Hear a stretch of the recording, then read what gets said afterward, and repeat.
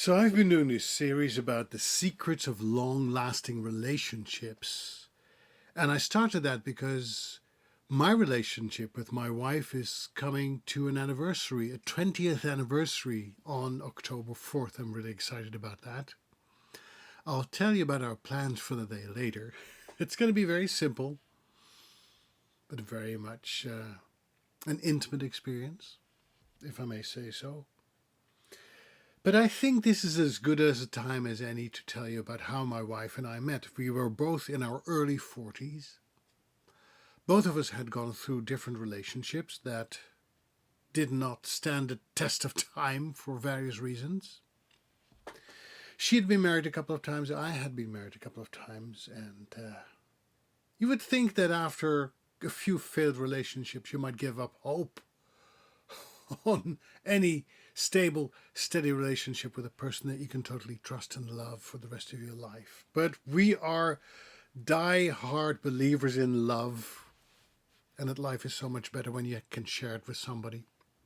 So we didn't give up. But my wife was not looking for romance when she found me at all. She was looking for a partner to ski with. She had taken up skiing at a later age and she loved it. And she enjoyed it more when somebody was there to enjoy it with her. And she was looking for people to join her on her skiing trips. And she tried to find a person online.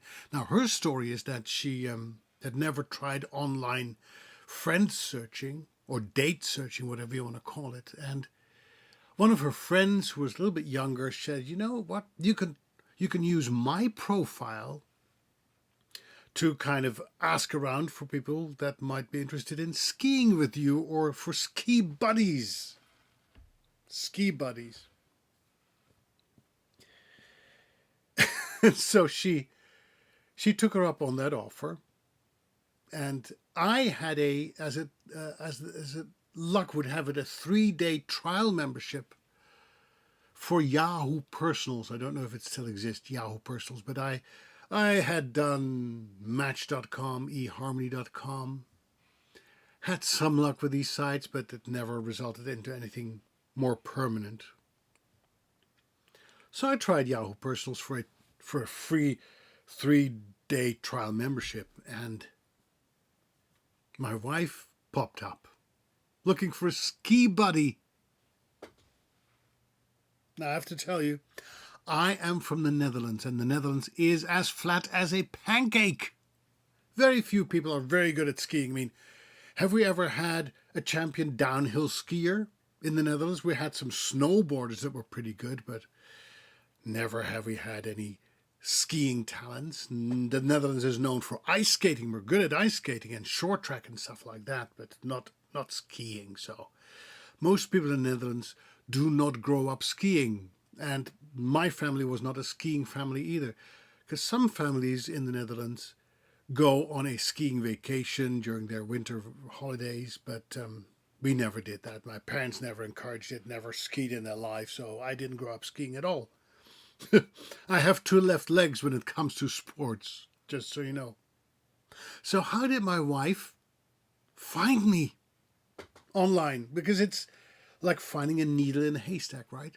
Well, she was looking people up by the keyword ski and skiing. How did she find me? A guy from the Netherlands who does not ski. Well, it so happened that I wrote quite a lengthy profile about me. And I said, I am from the Netherlands. The Netherlands is as flat as a pancake. Therefore, I do not ski. And who popped up when she used the keyword ski? Me. That's how she found me. So we met up after chatting back and forth. You know how that goes. And she said, "Paul, let's go to a cafe or restaurant or something for our first meeting. But there's something I have to tell you that might be an obstacle, something that you might not like." I said, "Tell me anything." She said, "Well, I have to confess, I've been a vegetarian for most of my life, so we can't go to a steakhouse or anything like that. Is it okay with you? I said, of course it is okay. You know what? I have been a vegetarian for most of my life. In fact, since I was 15, 16, 17 years old, I can't remember a day that I ever ate meat. It's been that long ago. So that was something we had in common. And we went on our first date to the Green Cafe in Bethlehem, Pennsylvania. And we ordered seitan. So my very first date was with seitan. Devilish, right?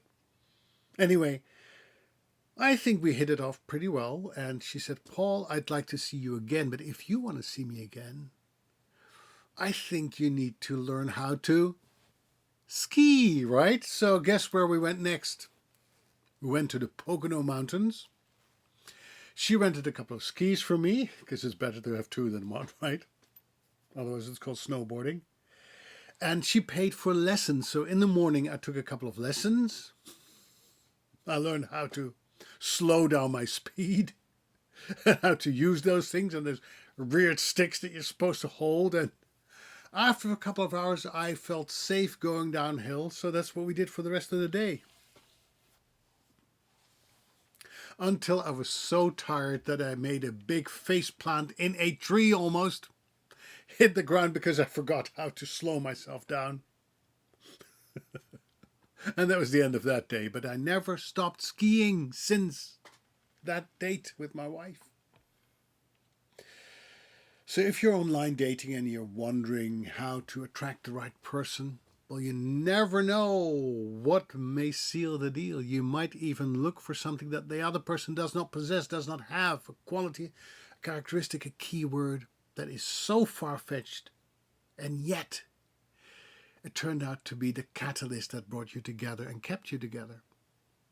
My wife and I have been together for almost 20 years, and of those 20 years, we had our ups and downs. And when she was diagnosed with multiple sclerosis, that was a hard pill to swallow, because it meant that she was rapidly weakening. Her muscles were weakening. She didn't have the strength that she used to have, so she could not ski anymore, which was one of her greatest passions that she had discovered later in life. So we went to the ski program at Bel Air Mountain in New York, where they had an adaptive ski program for people with handicaps. And my wife had to sit in kind of a sled type of thing, but with her strapped in. And I was behind her, kind of pushing her on my skis. And that's how we went downhill together. And it was not really fun, I have to say, because it's not the same as skiing. Somebody's pushing you. Or I could pull her as well. She really felt like that she was like a kid, unable to help herself. But then she got on a new medication for multiple sclerosis that completely changed her life. The first oral medication for multiple sclerosis. So instead of having to take these nasty injections regularly, she could take a pill a day, and somehow it restored most of her body. And now she's able to ski again. She's been skiing for many years now. And in fact, we live here in Vermont on a beautiful 5-acre property. And when the snow hits, if you know what I mean. And we have bought cross-country skis, and I can ski out of my barn that I'm recording this in. Spend the morning in the fields behind our home, and then come back and have a nice cup of hot cocoa together, reminiscing about the days that we found each other using the weird, almost impossible keyword ski. So you know what? Never give up hope. You never know how you will find the love of your life. Before you know it, you might be married for 20 years. And look back on those days that you got in touch. Thanks to the powers of the almighty World Wide Web, I wish you lots of luck and lots of love. Take care.